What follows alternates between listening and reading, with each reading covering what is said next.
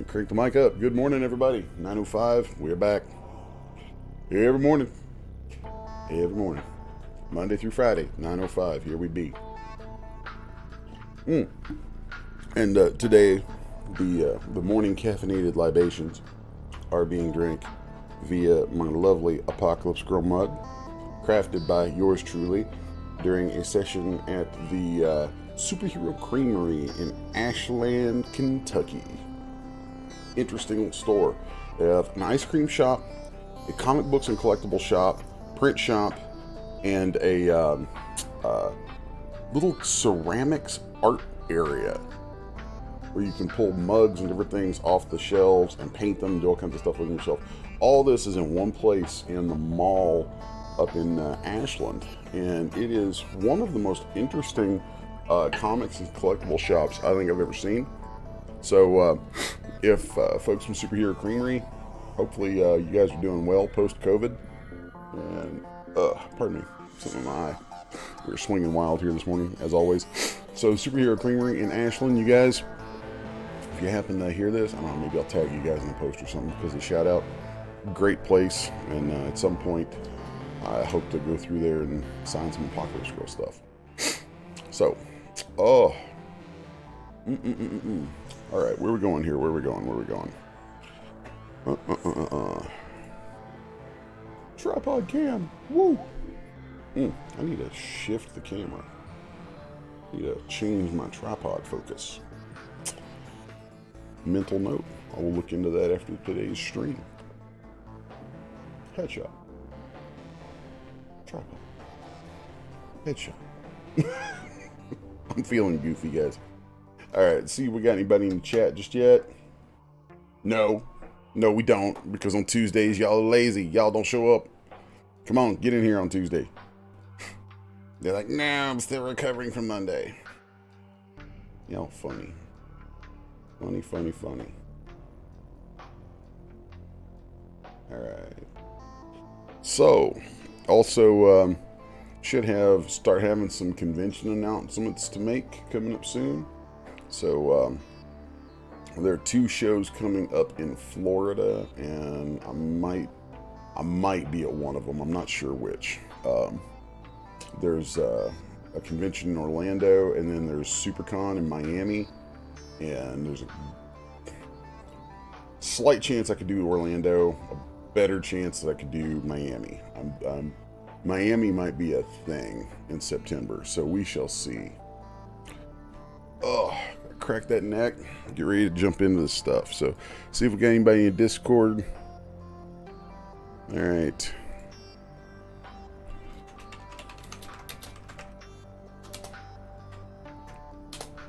There you go, y'all. Stream is live. Posted it to Discord, so you wacky bastards can get on in here. So, what are we doing today? We're continuing on that Basilisk as a case study in, I guess, lots of stuff. Let's see. So, today we're going to be working on rigging, like actually rigging. We did kind of a rigging prep yesterday. So, I'm going to load back up my Maya scene.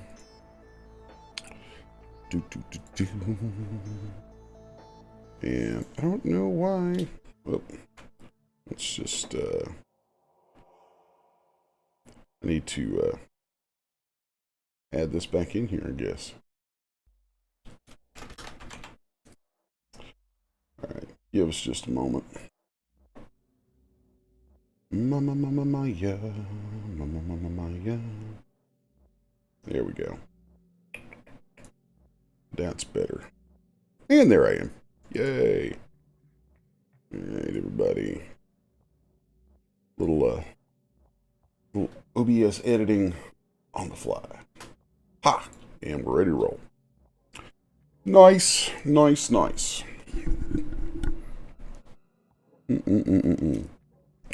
So, let's get to cracking on this thing. Double check. Oh, Gina's there. Gina's like, dude, why are you not in Discord? I've been waiting for you to show up. Hey, everybody, I'm in Discord too, just so you know.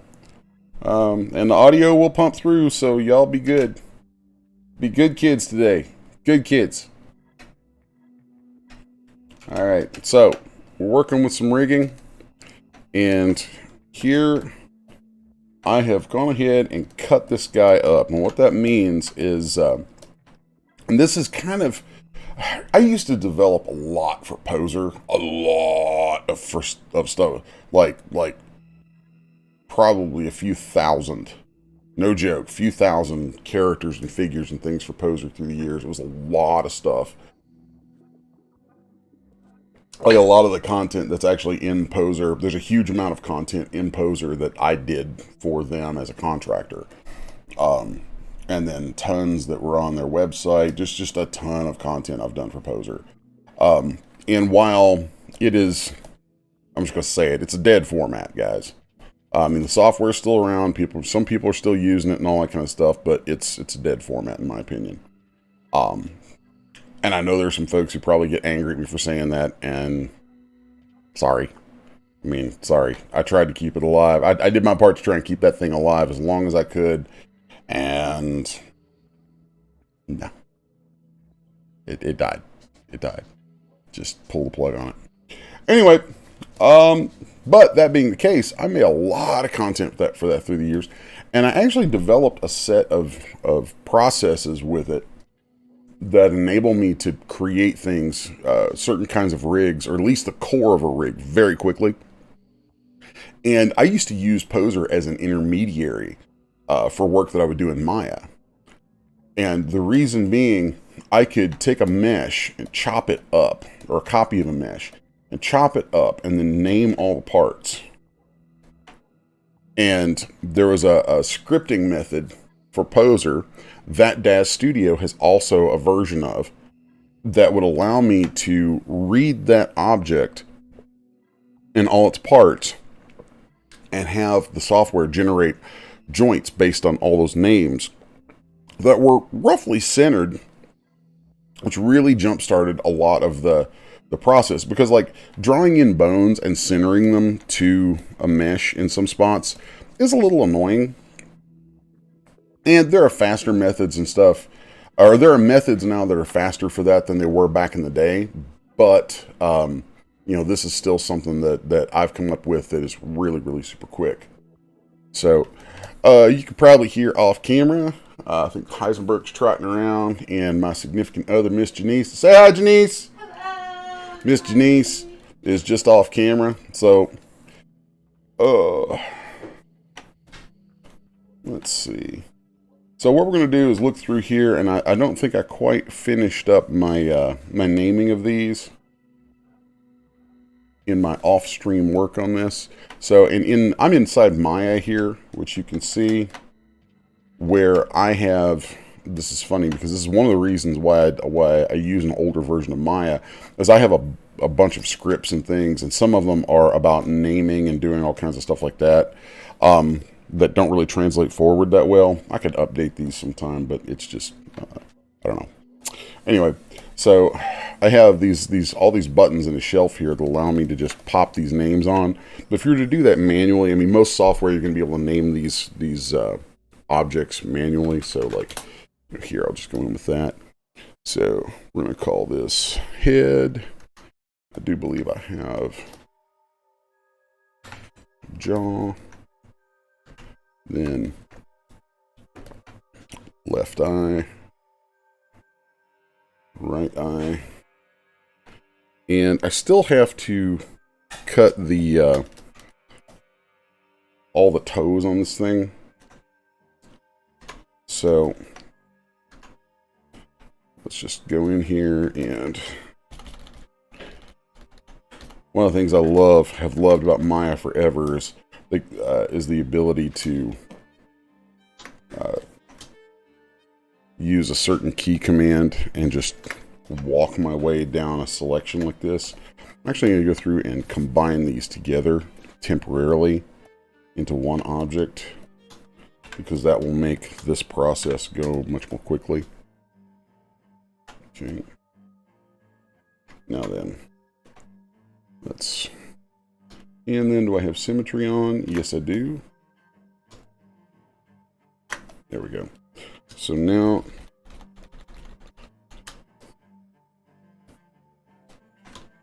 this will allow me to make these selections so that I can name these joints much more easily. And that just makes life so much easier when it comes to getting all those bones and things set up in Manga Studio. Okay.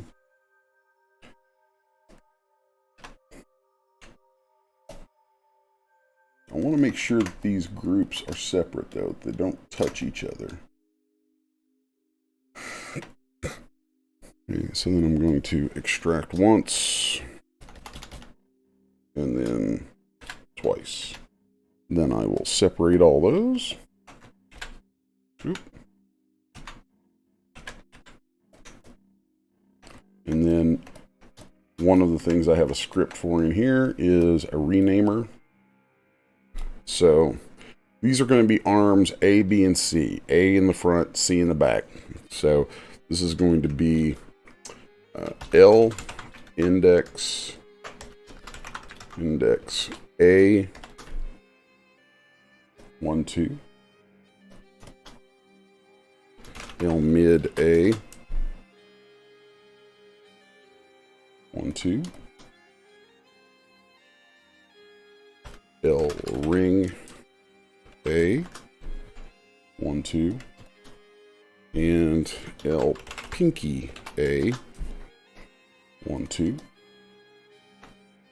Then we'll come over here and do R index A, 1, 2. R mid A, 1, 2.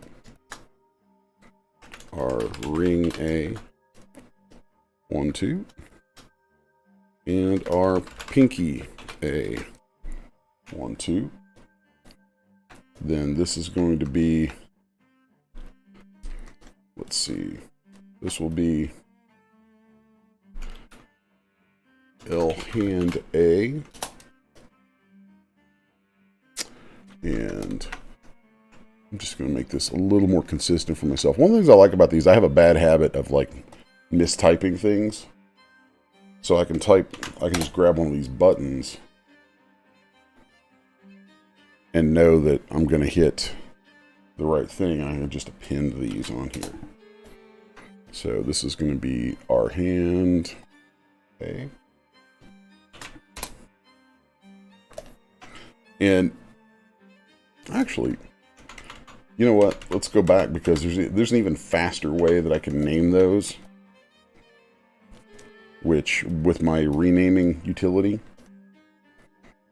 and I will get to that shortly. Let's go ahead and get these chopped up. Okay. So here we're going to have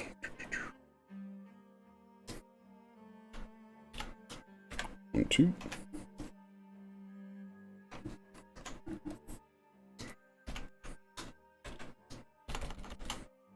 And one of the things I love about Maya is the ability to repeat a command, because there's oftentimes a lot of repetitious tasks like this. And being able to repeat a command actually gives you a lot of speed. So then we can separate those. Now we should have these guys right here.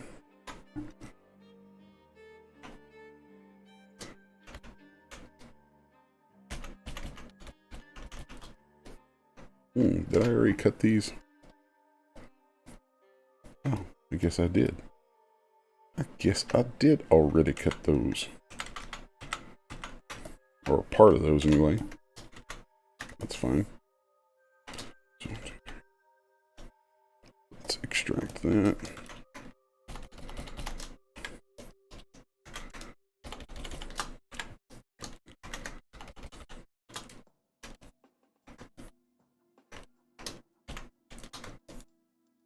And extract that.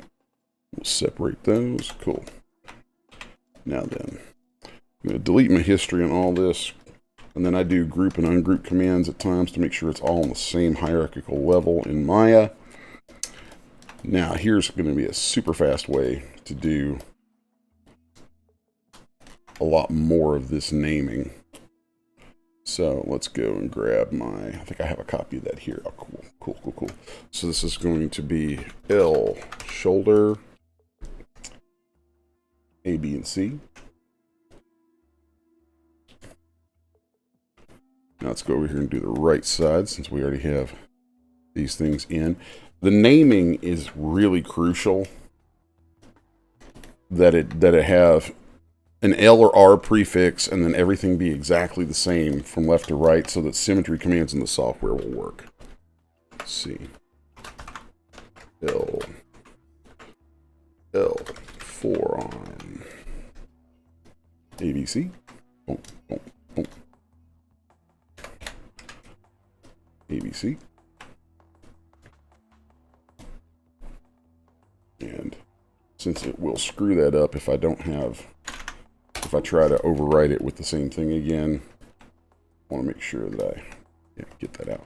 So now we're going to do L hand, A, B, and C.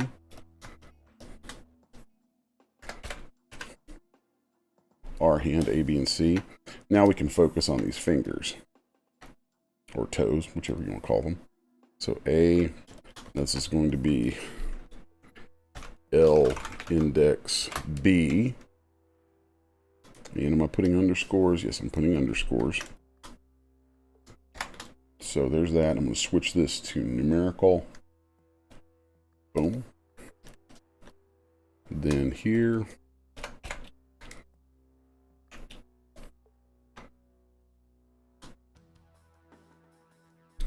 R mid B. No, wrong. That's left. Ding dong. L. Ah! Come back here. L mid B underscore.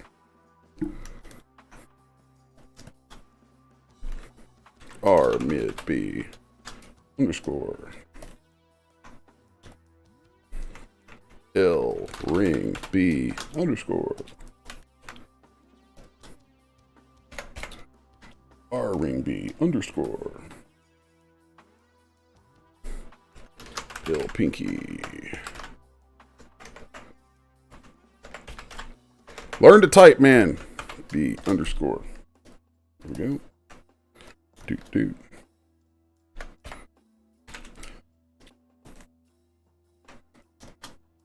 And then L index C underscore.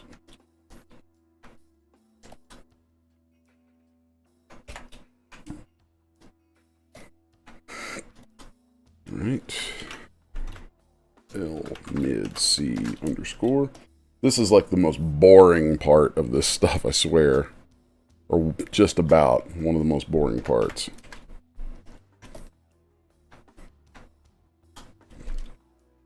All right. L ring C underscore. Setting up anything is always boring. Yeah, I dig a lot of it, but this repetitious stuff is... I just don't like repetitious crap. That's why I have so many different little tools I use for automating lots of things. Oh, pinky C underscore. And R pinky C underscore. So now, if I go to my outliner, I should be able to see... Cool, I don't see anything. In Maya, there'll be stuff called polysurface. So if I select these things here that say polysurface, ooh, do I have stray polys in here? That's not cool. Yep, I have some stray polys. Bad monkey. All right, so what I want to do here is click on the groups that are close to those, and then I'm going to isolate all of that. What that means is I need to put these back together. So this is going to be my abdomen. So I'm going to combine those. Then I'll do a select border command.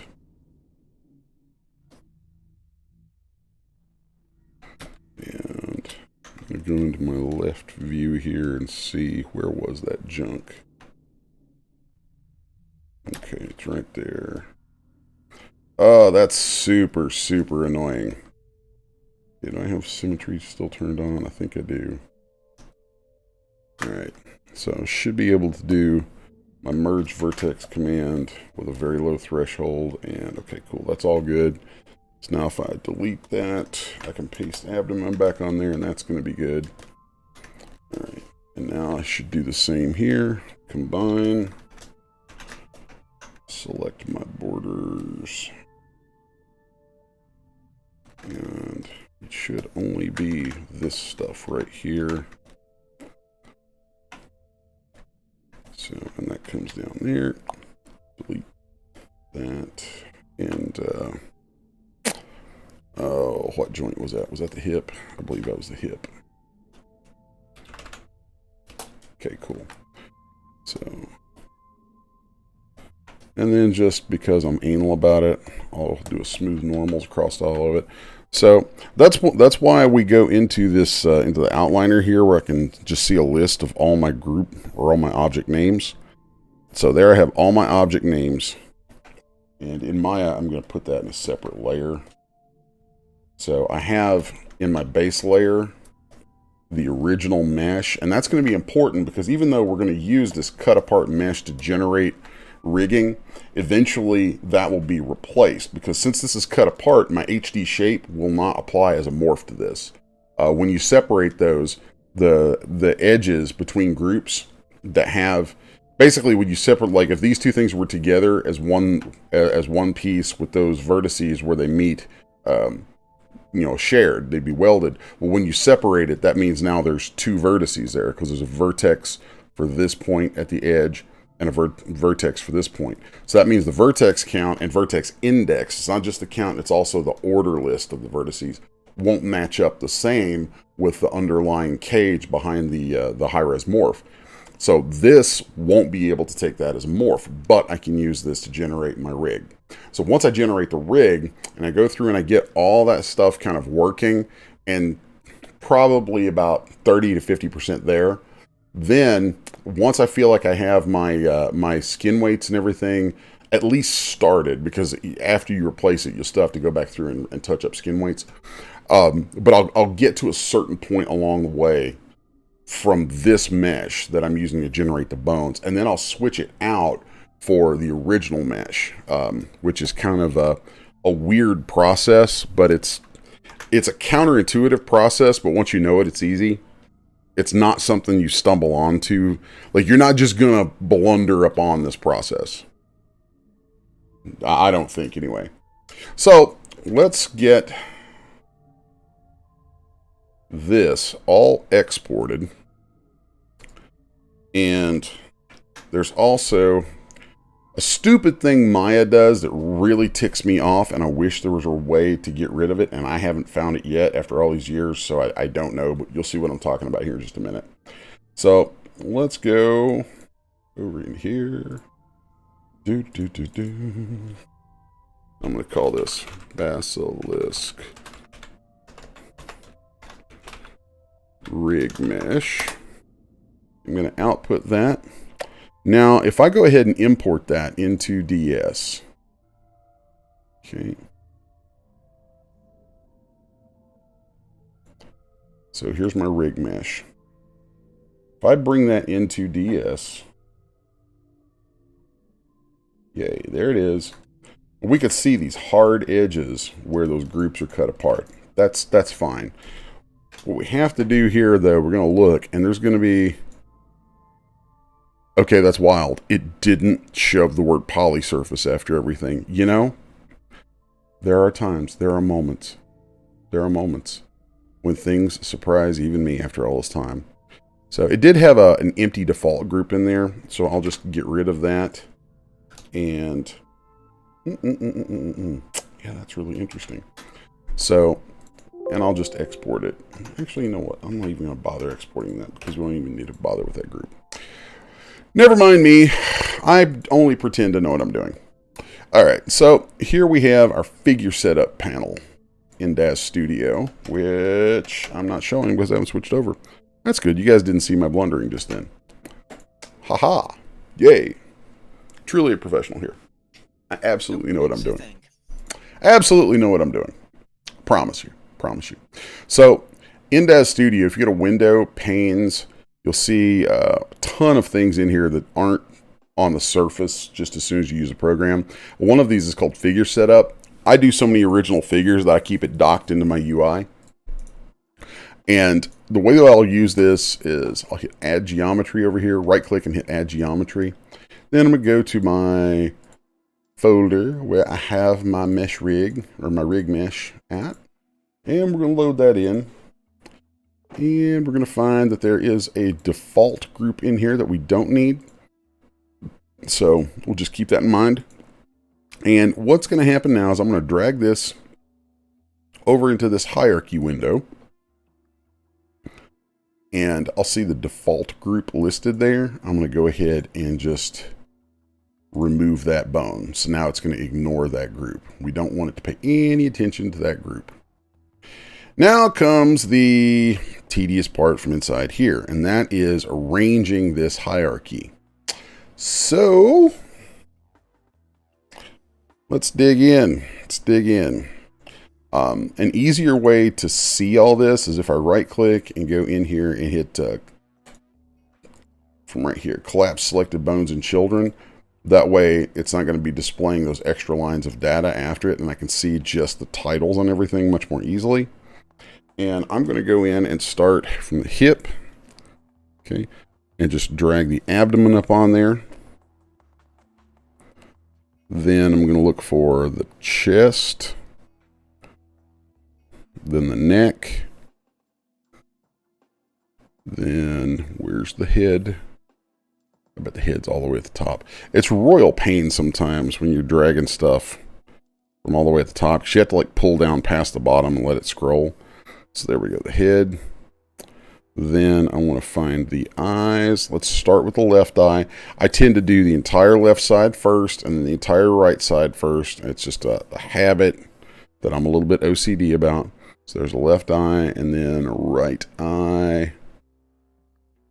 There is no search function in here, which kind of sucks because I wish I could just like have the list only display certain things. There's a number of things that I'm going to pitch at some point, like make up a little list, a spec list of stuff to say, hey Daz, maybe in an update you guys could add this stuff to the figure setup window because that would be really nice. But until then, this is what we got to work with. So head, left eye, right eye, then my jaw is going to attach to the head. So that's going to get the core of our figure. And I know that all of these, I want my joint orientations, and joint orientations are really stinking important. I'm going to get my joint orientations all going ZYX on these, since he is oriented along the ground. So I'll just select all of those and right click and go to ZYX on there. Pardon me while I pop my neck. Now I'm going to start working from the outermost points in. So let's find, let's start looking at some of these fingers. And this thing has a lot of them, which is kind of annoying, but it is what it is. So, and you can also use your arrow keys to go through this, which I find my eyes tend to focus a little easier as I'm clicking through like that. So L hand A, okay. I know where that is. I'm just giving myself a little bit of a visual cue here as to where that's at. So I want to find L index A1, which is probably somewhere off in Bufu. A1, A2, okay. And we could go, see there's index A1. Actually a good way to do this is to look for everything labeled a 2 and just go ahead and drag it to the one that it should be a child of. So like L pinky A2, we'll drag that to L pinky A1. And as this happens, the list will start to condense. So B2 goes to B1.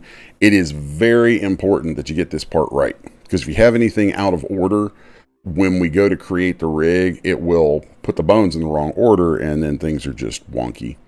Let's go ahead and do these tail joints. So 4 to 3, 3 to, wait, let's see, there we go. So we got 4, 3, 2, 1, and these are also going to orient along the Z-axis. And then we can also drag these down and put them as children of the hip. There we go. Let's make that hip smaller. Eventually what we want to work down to here is having this list condensed to nothing but the shoulder joints. So let's go, let's look for a 2. Oh, there's 5 points to the tail. See, there's another thing. I forgot I had 5 tail joints in there. So I'm going to bring this down here and temporarily pop it onto the hip.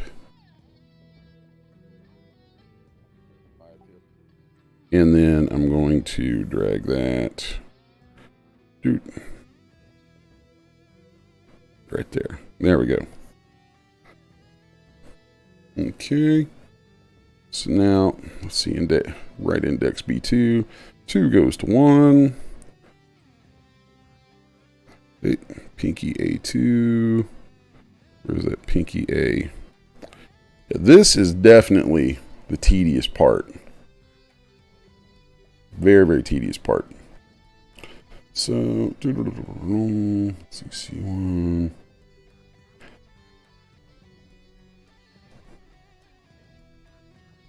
R mid A2 goes to R mid A1.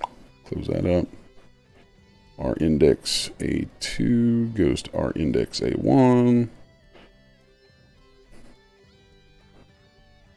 Where's that R? See, R pinky A2 goes to R. No. See, it's easy to miss those L's and R's on there and get things screwed up big time. So let's just go down here. R mid. Mid C2.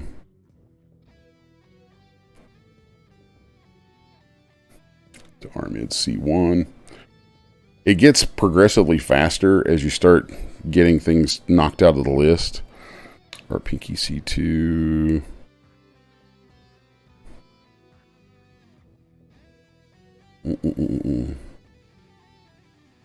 Pinky C2 goes to L pinky C1. All right, L mid B2 to L mid B1. So I'm just going through here just looking for opportunities to condense things. L ring, C1, C2. There we go.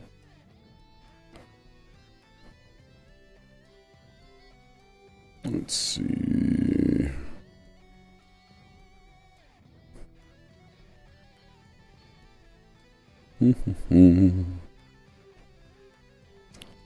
Our pinky A1.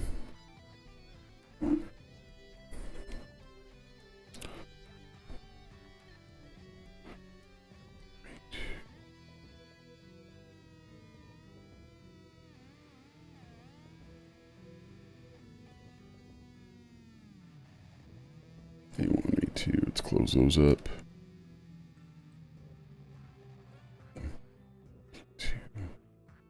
Pinky A2. Yeah, this is the absolute most annoying part. So our pinky C1 is up there. Where did that R pinky C2 go?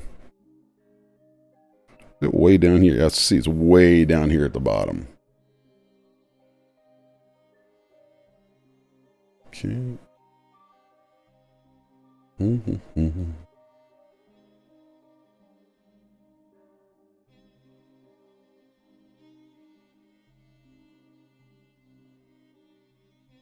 No. Very easy to see. Just look for those 1s and 2s and end up going, oh, drag that here and drag that there, and get stuff dragged in the wrong places. And that is a nightmare to deal with once it's all done. Okay.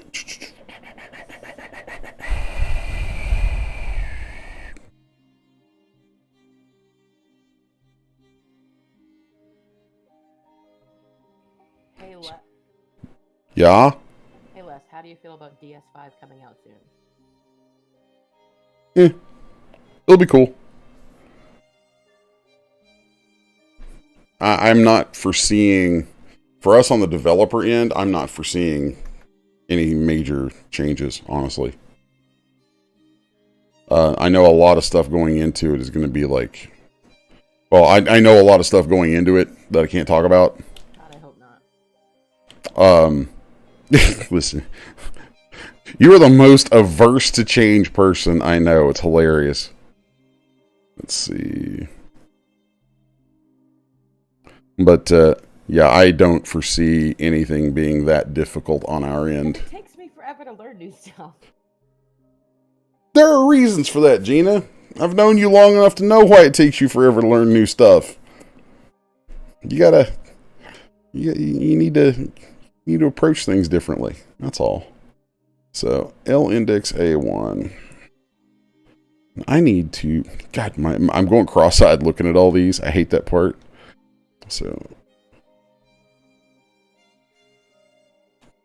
C2.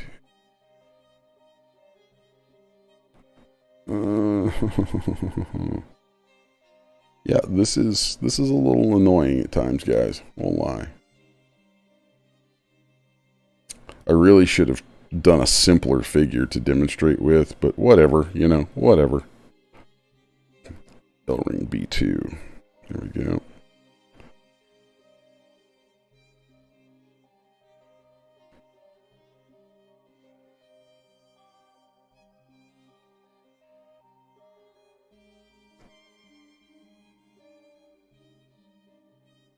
Okay, there we go. B1.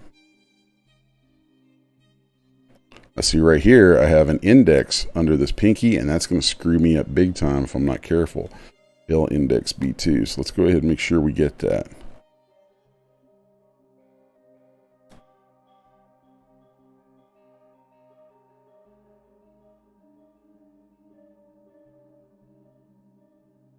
There we go. Whew, that was close. I do not like it when that kind of thing happens. All right.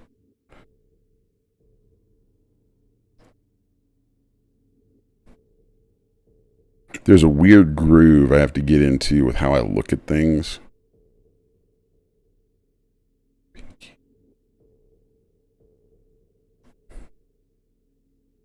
Our pinky B1. Or pinky B2. Why is that R index B2 under there? See, I totally screwed something up there. And I've got to watch about that. Where's my R index B1?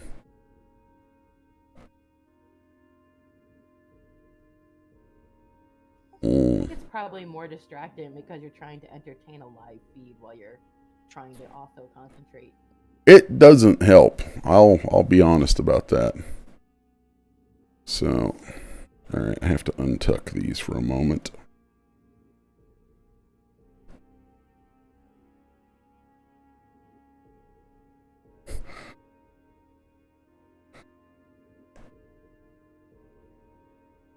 So R index B2. There's my R index B1. There it is. Kelp.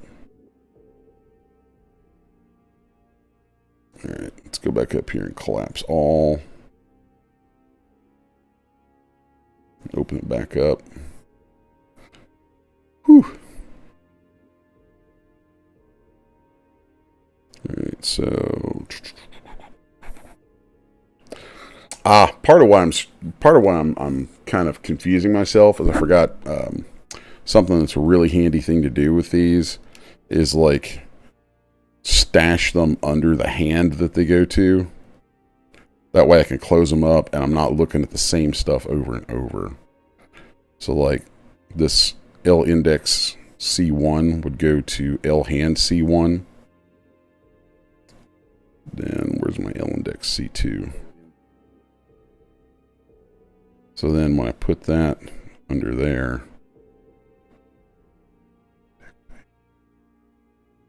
no, I need that right there. There's that. So then those disappear completely. Okay, so L hand C.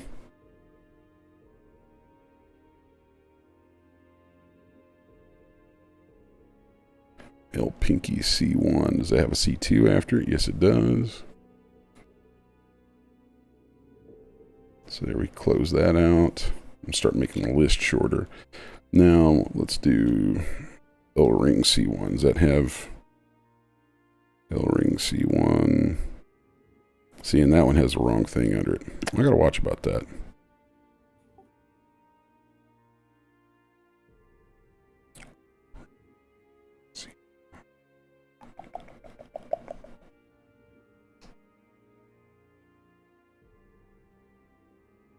Mm-hmm.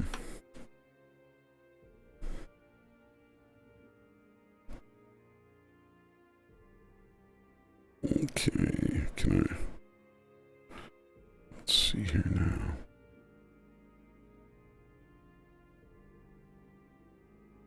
Just going to go ahead and toss that under there. Now L ring C1. Where's an L ring C2 at?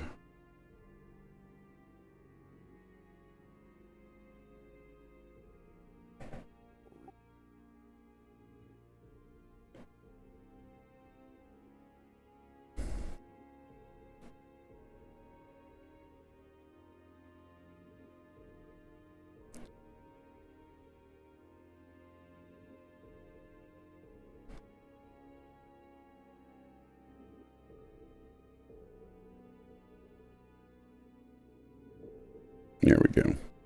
That might be a better approach on this since this has so many little pieces to it. Let's go through here.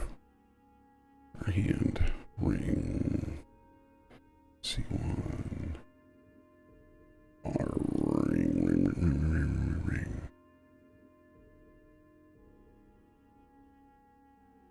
There's R mid C1. I can go to that. Go to the hand there. That one has our C2 on it. Okay, so our hand, let's see. Our index. Let's do our index B1 goes there.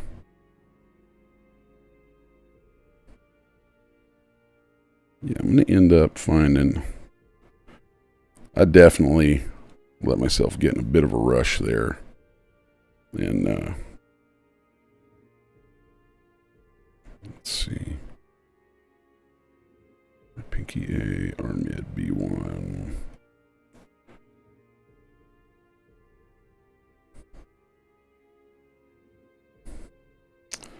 R hand C.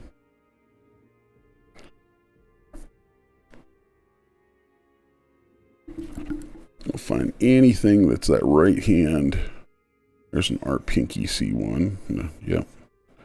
And drop that into R hand C.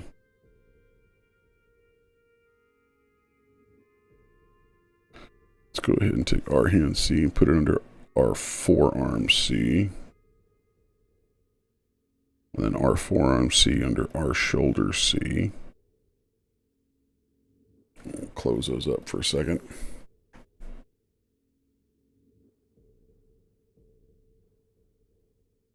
Okay. I think this is going to be a better way to organize this. Is to drag all of these in here. Yeah. Organize them by the A's, the B's, and the C's like that. So it should be index, mid, ring, and pinky.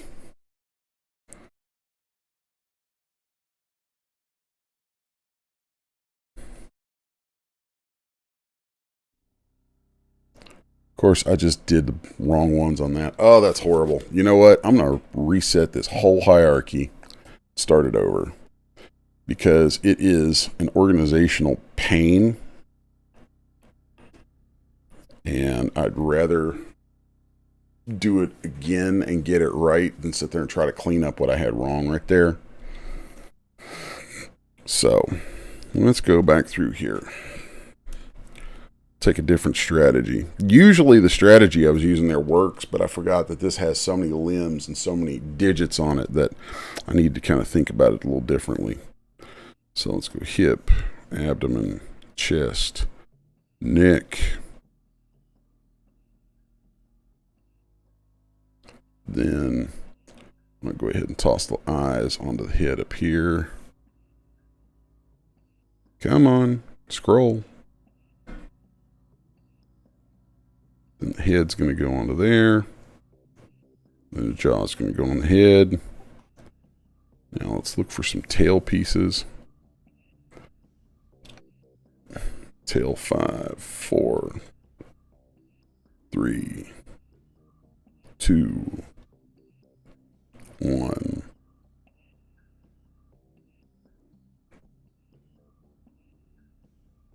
Yeah, this is like the least glamorous part of any of this. Right, so now we select everything from the hip down to tail 5. Set it to ZYX. Now we can collapse that. Okay. Or that far. Now then, let's go in here and grab, first off, I do want to collapse everything so that our list is even shorter looking. Easier to look at. Now let's go about this kind of the opposite of where I was at before. So let's grab, first hand we see is our hand A. So let's find our forearm A. There's B and C. Our forearm A. There we go. So our hand A goes to our forearm A. Our forearm A is going to go to our shoulder A. Okay.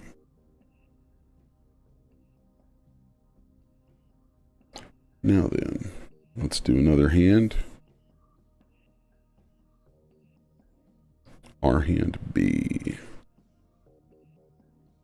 And our forearm B was right here. And now we need our shoulder B.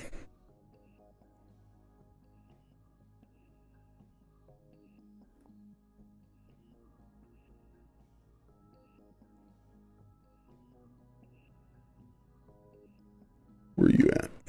Where are you at? Our shoulder A, our shoulder C.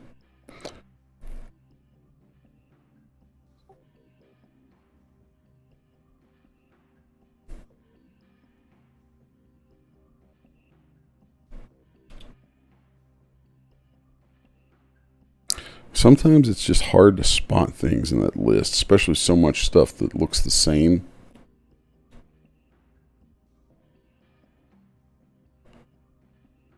Just gonna drag you into there. Drag you into there. I'll close that up a little bit.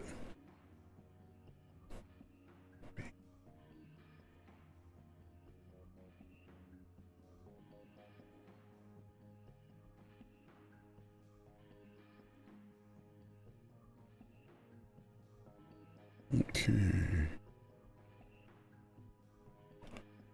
Every time we can make that list get a little shorter, it's a little easier though.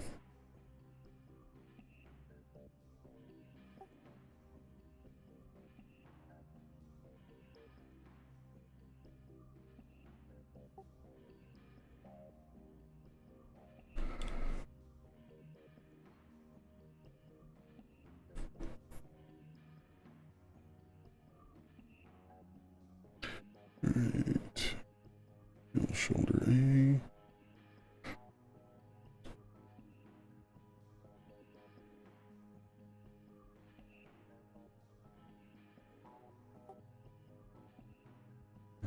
C to our forearm C, that's going to help.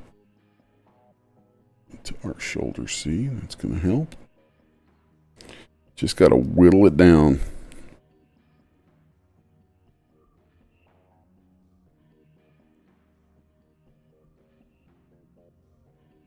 To our shoulder B, there we go, that's nice. And I should go back after this is all done and cut like a time lapse from it.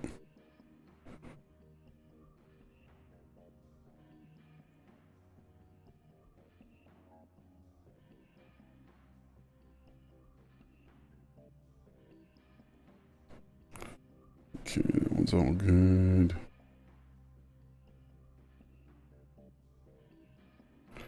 All right.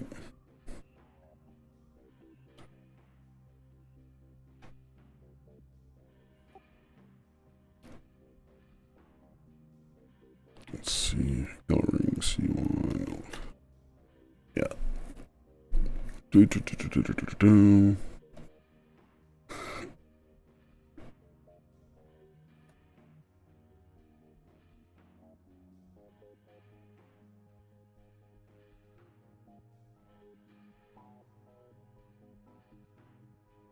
One, two.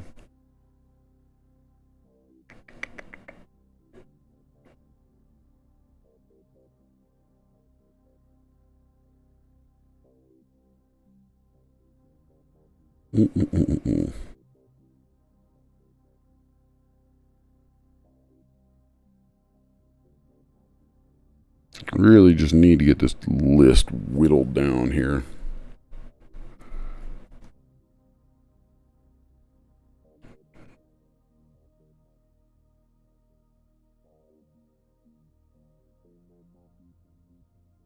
Those two can go together.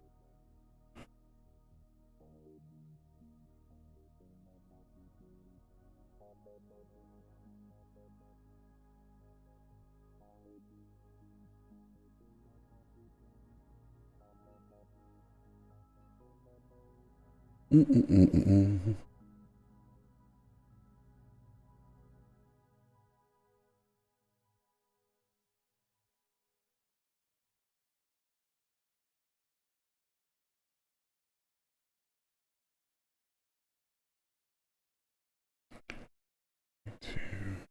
need an eighth. It's an A1. I need an R ring A2.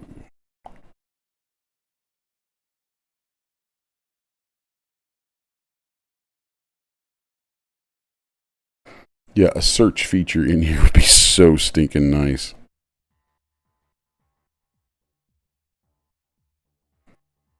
Let's see, R Pinky C1. Let's find an R Pinky C2.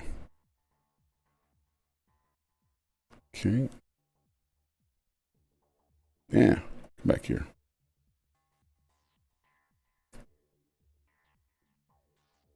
I think I'm going to go ahead and expand all of these so I can kind of see the hierarchies on them.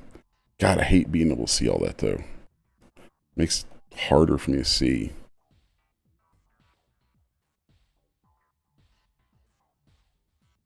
Yeah. Okay.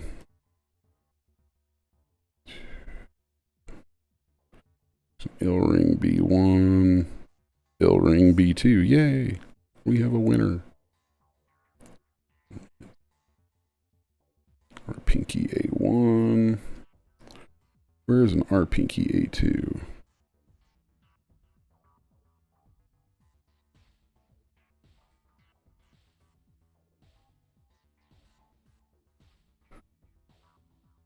Or did I already get that one?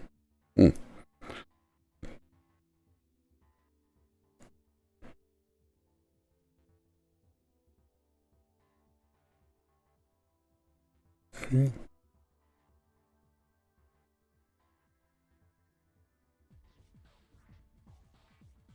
Start looking at just the twos. Or index C2.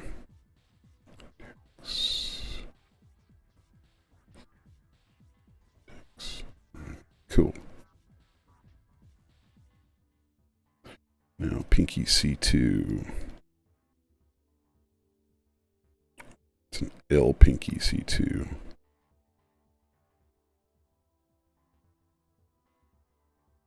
L Pinky C1. Mid C2. R mid C2.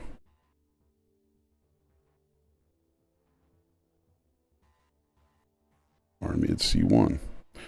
See, as you get the list started getting whittled down, it gets easier and easier to look at it. So let's look at L index B2.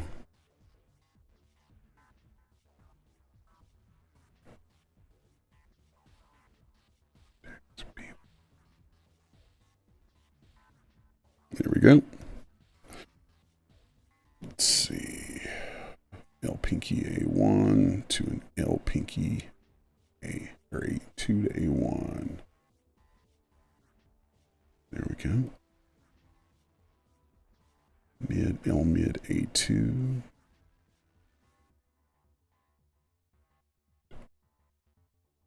To an L mid A1. There we go. Now we're making some damn progress here. Basically, once we've gotten rid of all the twos, then we go to the ones and start putting those onto the hands they go to. So R index B2.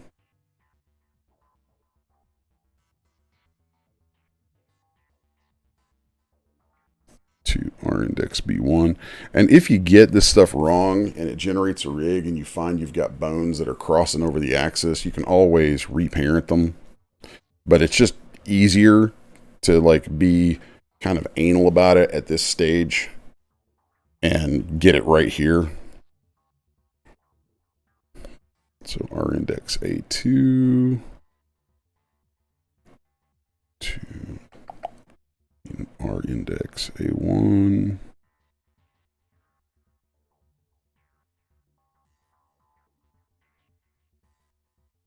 right there. Pinky A2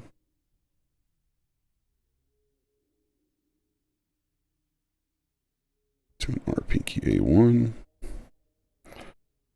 R pinky B2 to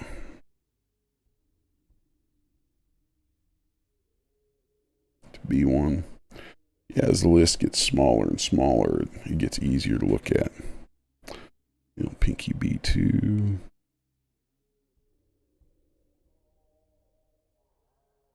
to L pinky B1. There we go. R mid B2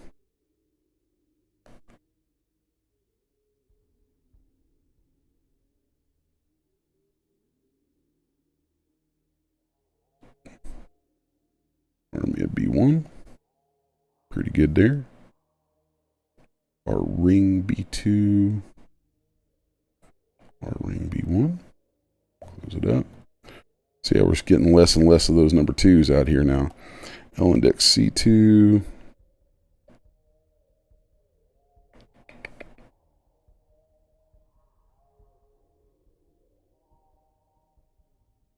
L index C1. R ring C2.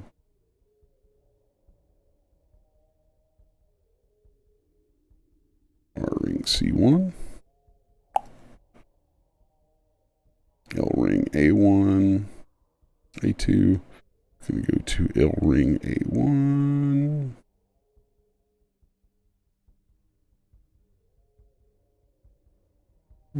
Where you at, L ring?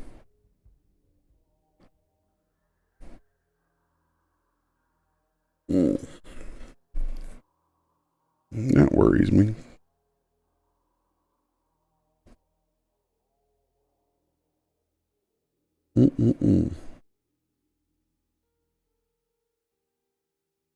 So L ring C2.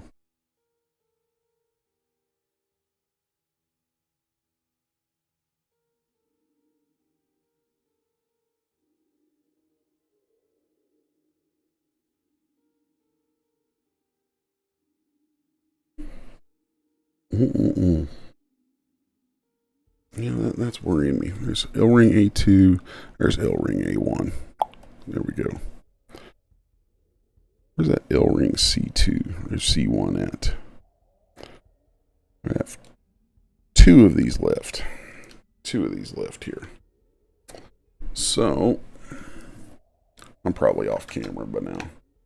Not too bad. L ring C2 is going to go to L ring C1. Wherever you are. Where are you, L ring C1? I will find you.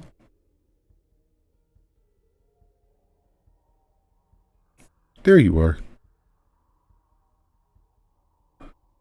L mid C2. L mid C1.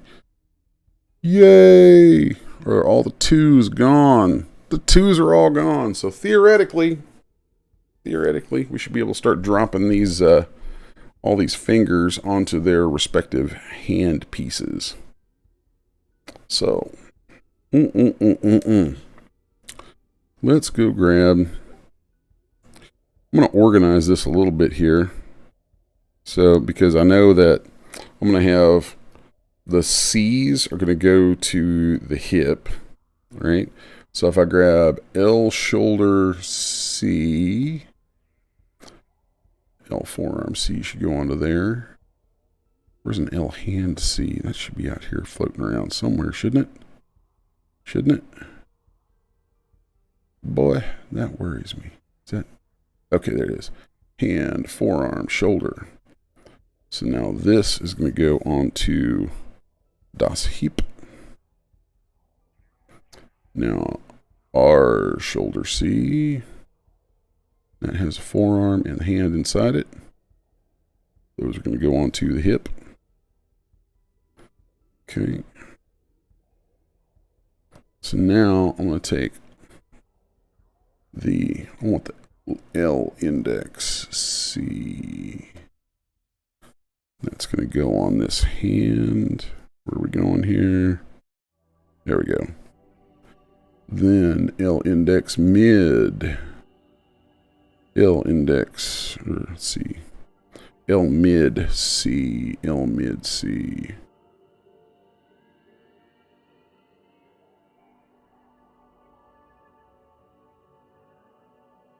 That's going to go on that hand. So now we got index and mid.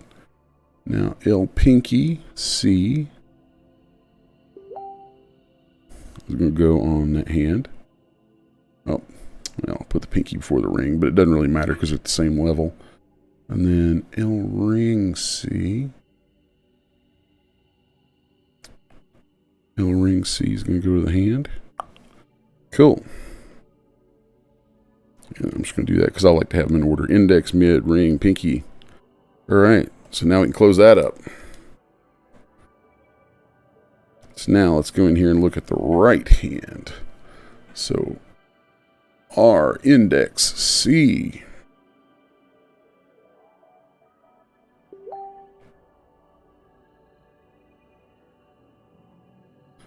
All right, I'm being messaged by someone. Yeah, I'm going to have to turn that off in a little bit, and I can't right now. R index C goes to R hand. Then R index, let's see, R mid C.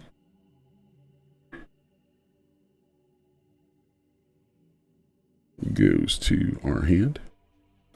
Then R ring C goes to the right hand. Then R pinky C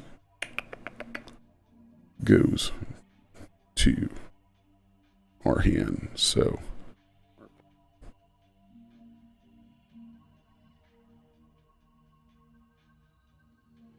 there we go. Index, mid, ring.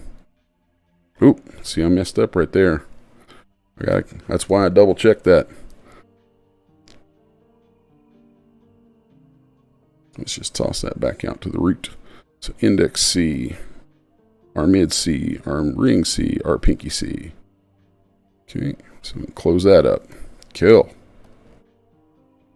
Okay, now let's look at the abdomen.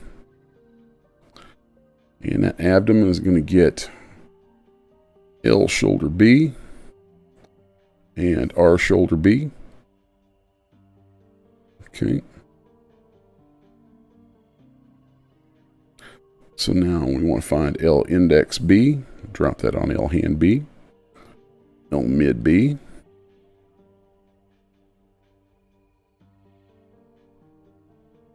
Where's that ring at?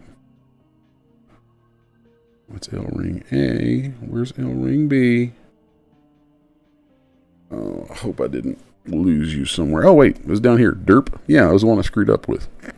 So we can just drag that there. Index mid. Ring. Now, L pinky B. L pinky B. Goes on there. Cool. There's that. So we can close that up. This makes this even easier. See, it just gets easier and easier to look at. Kind of a metaphor for life, you know. Just small bites. Take a few small bites. Then you find you've taken a bigger bite and a bigger bite. And you just keep going. Don't give up. R hand B. It's going to get R index B. R mid B.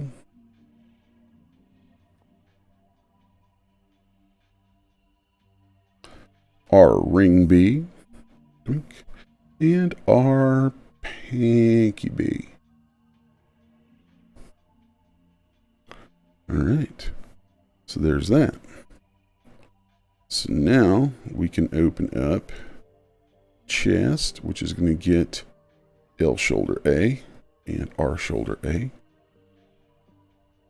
Okay. So now let's take left shoulder A, go down to L hand A, and now L index A, L mid A, L ring A, and L pinky A, index mid ring pinky. There's that.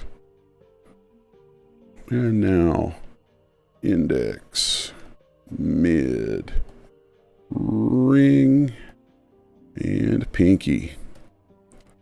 Okay, now we have this all in a nice hierarchy. So we already did everything that was running ZYX.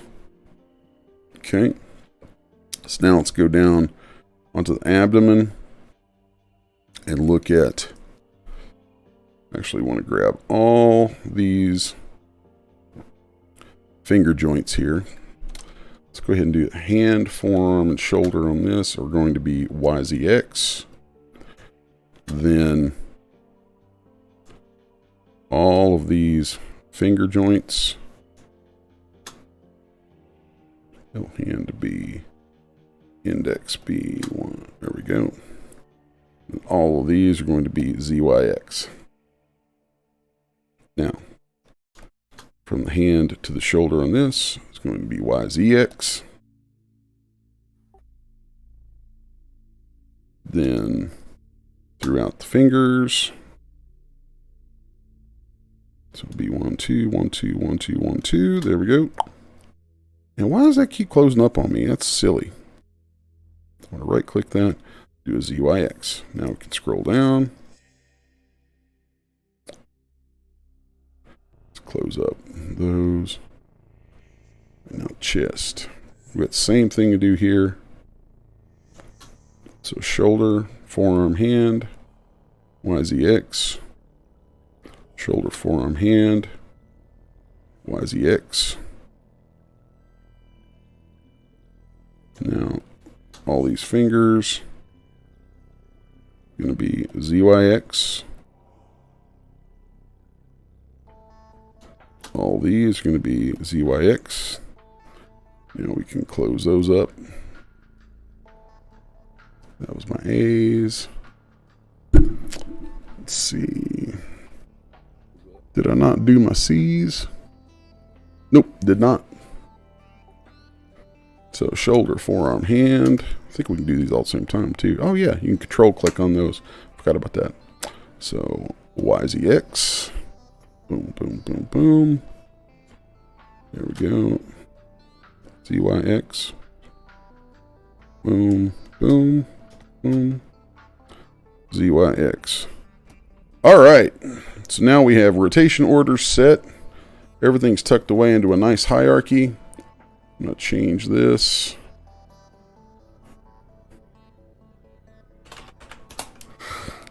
Call all of this Basilisk rig. And now I'm going to hit create. Actually, no, I'm not going to do that yet. Not going to do that yet. I'm going to delete that. Still got this over here. Next, I'm going to grab, I'm going to expand everything. I'm going to grab all of it. And let's see. I want to do this in the old school parametric way. And then I want to come in here and, where are you at? Why are you not letting me do that? Oh, wait. Hip. Probably have to do everything from there down. There we go. Weld parents. And everything goes to the hip. Hip goes to none. Now we create. And we should have a nice scene hierarchy here. So that's going to close it up for today. Actually, I'll tell you what. I'm not going to close it up just yet, but I am going to pause it for a second while I take a break, and I'll be right back.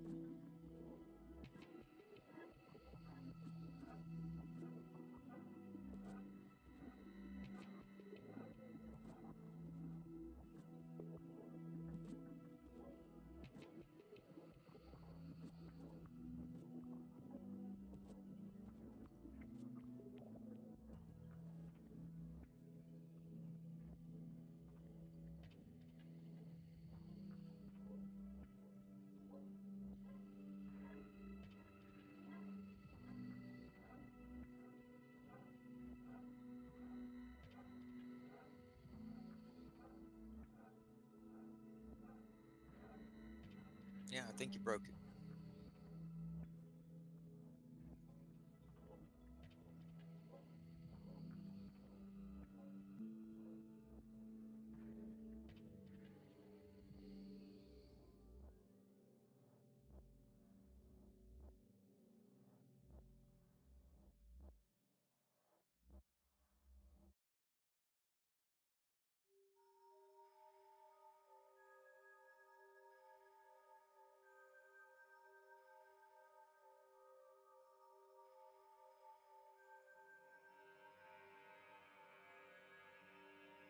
All right, I'm back.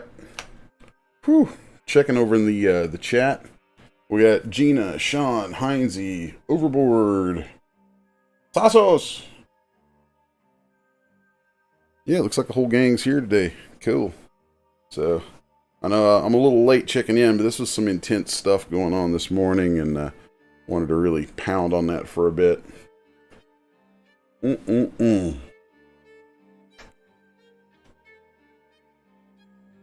So, let's pop back over into Manga Studio here. And... what the heck? Are you joking? It looks like my Wacom driver screwed up again. This is getting to be consistent when OBS is on, and I'm going to have to look into that. Because that is not cool. I should not have to keep restarting my Wacom driver every day. Alright. Yeah, that is not cool.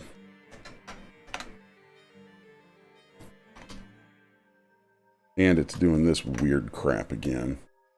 Yeah, that is not cool.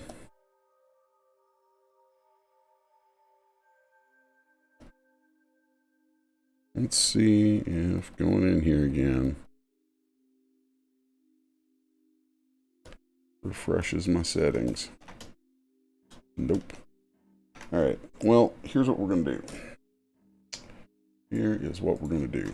I'm going to go in here. I'm going to work with the mouse for a little bit, even though I absolutely hate the mouse. Okay, so we've got a rigged version of this out here. Of course, he's cut apart. And this is old school rigging. Now that I have a rig out here, I'm going to go to Edit, select Figure, go to Edit, Figure, Rigging, and we're going to convert that rigging. Oh, what was it? Oh, I can't even remember now. It's got me so frazzled. There we go. Convert. I have a key command for it. I can't remember where it's at in the menus. Convert figure to weight mapping. I want general. So now it's weight mapped. And I need to make sure I have a library set up for this to go into. So here's my Basilisk library. I'm going to right click, create a subfolder. Animals. 6S1. Basilisk. Okay. And then I'm going to go with a save figure / assets command to where I have this guy at.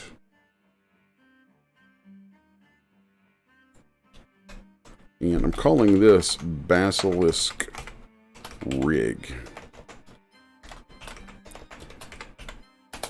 because it will eventually change.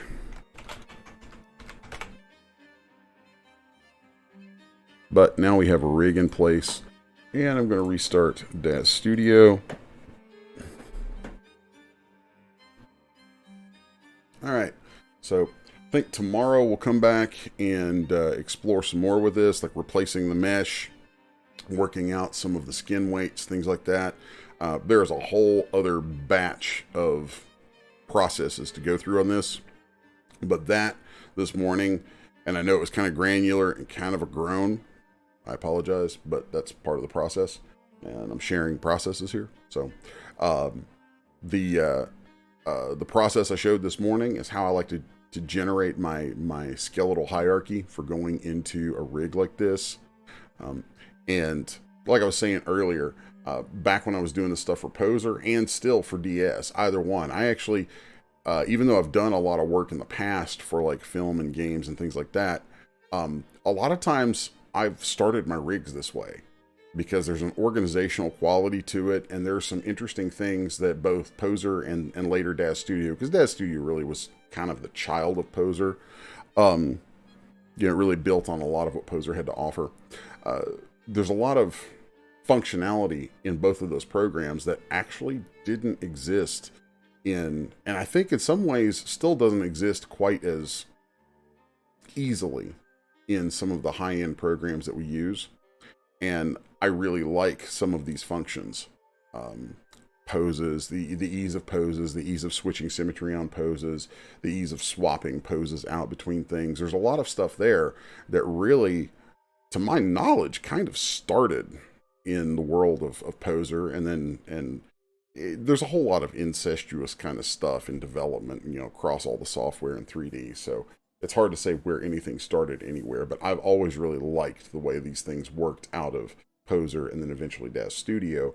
And so in my work in like higher end environments, I've still brought these, you know, kind of lower end programs into the mix because they had things to offer, from like the beginning of rigging all the way up into, you know, certain aspects of posing and saving stuff and interoperability. So, you know, I'm of the mindset that a tool is a tool is a tool, and I don't give a crap what tool it is. If it helps me get the job done, I'll use it. So anyway, that kind of gives a good look at setting up hierarchies. This was a really extreme one to use an example, but maybe that's a good thing, you know. I'm going to pop into the chat real quick and see if anybody has any questions or comments. Let's see. Heinze says, Daz 5 coming soon. Hope you'll make rigging a bit faster. Probably not. Probably not. At least not for stuff like this, because this kind of thing is kind of ubiquitous. This is sort of what rigging has been about. I mean, there's really no way for rigging not to incorporate this kind of minutia. You know, it's kind of the nature of the beast. You're designing a skeletal system for something, and you know, unless the computer can read your mind. I mean, maybe we could have some kind of AI eventually that intelligently analyzes the design of a mesh and kind of sort of looks at it and asks some questions and then starts to piece things together from that. Yeah, maybe eventually that'll be a thing, but even so, there's something about the granularity of it and the application of experience to it that I don't think is going to be replaced or sped up anytime soon. So, let's see. Sean says, you know, it would really make rigging faster. Just import the rig from Maya or Blender and go. Actually, no. I swear to you, it doesn't make it any faster because you actually can bring FBXs in to both Poser and Daz Studio from those other programs. But you lose a lot of interoperability across any of those imports and exports. You almost always end up with all kinds of things appended onto like joint names and stuff like that end up breaking a lot of the functionality that would make you want to bring it there anyway. At least that's when you're bringing it in. Like if you're using FBX or Alembic to bring the stuff in, either one, you may get a task specific success.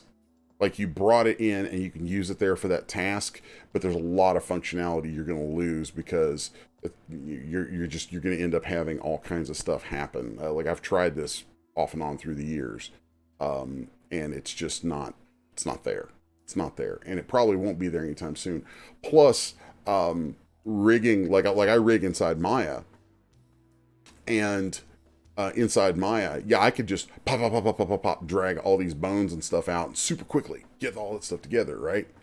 And they're all going to say like, joint 1, joint 2, joint 3, joint 4. I'm still going to have to sit and take all the time to manually name all those joints, and joint rotation orders are a thing in every piece of 3D software. A lot of folks ignore it, but you still have to go through and do the joint rotation orders.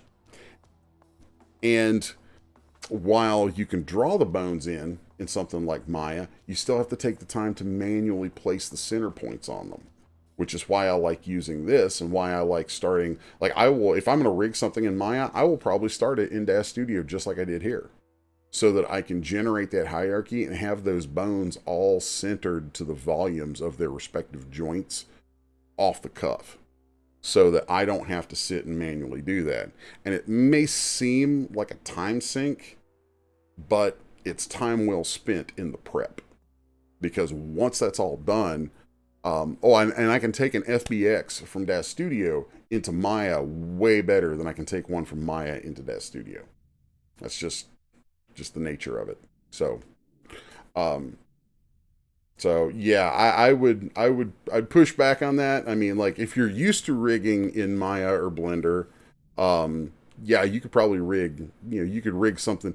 You can get a functional rig for a momentary purpose really nice in there. But if you want something that has proper joint rotations, proper joint names on everything, is set up to really pick up all the functionality across any of the programs, I swear to you, this is going to be a real benefit to taking the time. This time spent now will save time later. So, Gina, always so negative.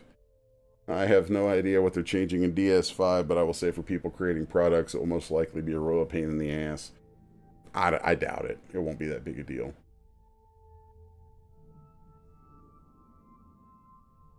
Let's see. Heinze says, I actually find it interesting to see all the work involved. Sometimes people who are not creators have no idea all the hard work it takes to produce a single creature. Yeah, people really do not understand. They're like they used to say, poserize it. I used to get other artists with their 3D sculpts who'd be like, hey man, can I like pay you $50 to poserize this? And I'm like, why no? No, you cannot. You could pay me a much larger amount of money and I might convert it to poser, but there is no poserizing. There is no dazzerizing, okay? It's not that easy. It is definitely not that easy. And it's not that easy to set up the rig in Maya or to set up the rig in Blender. No, rigging is a thing. It is a thing of its own. That's why on like film and animation projects, most of the time what I get hired to do and the title that I end up getting on those jobs is technical director, because that's what I'm doing. Is I'm the technical director. I am putting together the technical underpinnings of the creatures. I usually end up in the design phase too, but then after design on a large project is over, I'm usually contracted to come in as a concept artist and designer, and then step into TD role after that. And once you step into that TD role, it is this stuff day in, day out. It's not, there is an art to it, but I liken it more to engineering than art. It's very engineering. And once I get the stuff inside, like once I get a rig set up inside Maya, my goal is to set up stuff so that others can use it more easily. As a technical director on film and animation projects, I have the same goals as I do when I'm making products that are going to go out for hobbyist users for Dash Studio, as I want absolute ease of end use. So that becomes an engineering problem. That's not so much an art issue as it is an engineering issue, where I'm trying to look at this and go, okay, what are my best joint limits? That's another thing. I'll set up the rigging inside Dash Studio so I have joint limits, and when I do an FBX, it goes into Maya, the limits carry over. And the limits are a little more intuitive to set up inside DS. I can do that quicker there. But I'll set up, I'll have proper joint names, have the limits set. Sometimes I'll have secondary and tertiary manipulators put in there, bones that may work with different things. Like if I have a character has a really big belly, I may add extra joints in there to be able to give it a very direct control of bounce and jiggle. There's a lot of stuff like that. And yeah, as Heinze was saying, people, they really don't understand that part of it. And I think it was either Phil Tippett or John Knoll I heard in an interview a long time ago about working on Star Wars stuff. They said as an effects artist, and this also goes into being a character artist, an animator, or technical director, the best compliment you can be paid is that no one noticed. Meaning, once that work is done, if people go, oh wow, look at the technical direction in that, look at the engineering of that rig. No, you just want them captured in the moment, whether it's for a single piece of art or an animation. They need to be captured in the moment so that the creature lives, the scene lives, all that stuff lives, not the work behind it. It's like our goal as artists in CG is to be Oz. Okay, we're the man behind the curtain. That's the goal. You want to be the wizard behind the curtain that the people don't see. All they see is the big booming head out there talking to everybody, or all they see is the magic. They don't see the work behind the magic. So, but it's always kind of nice. It's always nice when somebody does go, wow, that stuff's really smooth. It's nice to see the stuff behind it. I personally always watch like behind the scenes and that sort of thing. So, and still love that kind of thing. Oh, Heinze says some interesting 6S1 stuff was published today by Daz. Love the new Lord of the Deep. Yeah, very Clash of the Titans. Says I'm a monster fan, so I find it very cool.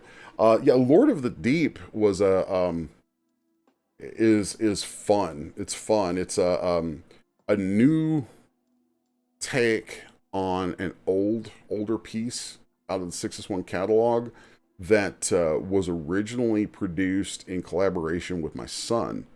I think I drew up concept art back when he was a teenager and was, good Lord. Yeah, when he was a teenager and was apprenticing under me, it was a project where I drew up the concept art and had him do all the modeling, UVs, and textures. And then I rigged it. And this new version, I've gone back over it. We've made some changes, upgraded a lot, updated a lot, and massively overhauled the textures and things on it. We've done a lot of work to it. So it's similar in spirit, but very different in some respects, and way better. Just with more up-to-date rendering and everything. Yeah, I'm super happy with that. And I'm happy that it was picked up as a is now like our name is on it, but it lives as a Daz original now since they picked that up. So, and it's cool to see that come out. I like that. Let's see. Anything else I need to look at here? Oh. All right. Well, if that kind of takes care of everybody in the chat, I'm going to call it a day on here. So it's been good having about everyone here, and I am going to put a pin in this guy. It's funny because I actually tend to grab a creature like this, and I will just blast right through all the work on it. So pausing on things so that I can have it just keep coming back in the mornings is really weird for me. I hiccup real hard at the beginning when I have to come back to something. It's one of the reasons why for so long I've had such long work days, is a lot of times it's like I get into something, once I'm in it, my brain is clued into it and the wheels are turning and it's just, everything's firing, and I like to stay there. So it's a little tricky, but I'm going to do that. I'm going to pause it for you guys. We'll be back tomorrow with the next phase on rigging this. I kind of want to get through this. I may skip over some stuff. I may go ahead and do some stuff off camera, and then just come back and do some highlighting about it. I don't know, but I definitely want to get back to my sculpts, my morning sculpts, because I really want to keep the march through that monster manual going. So anyway, thanks everybody for joining me this morning, hanging out. Appreciate the questions and the interaction in the chat and all that. So I'm going to head out till tomorrow. We'll see y'all later. Remember, like, share, subscribe, and ring the bell.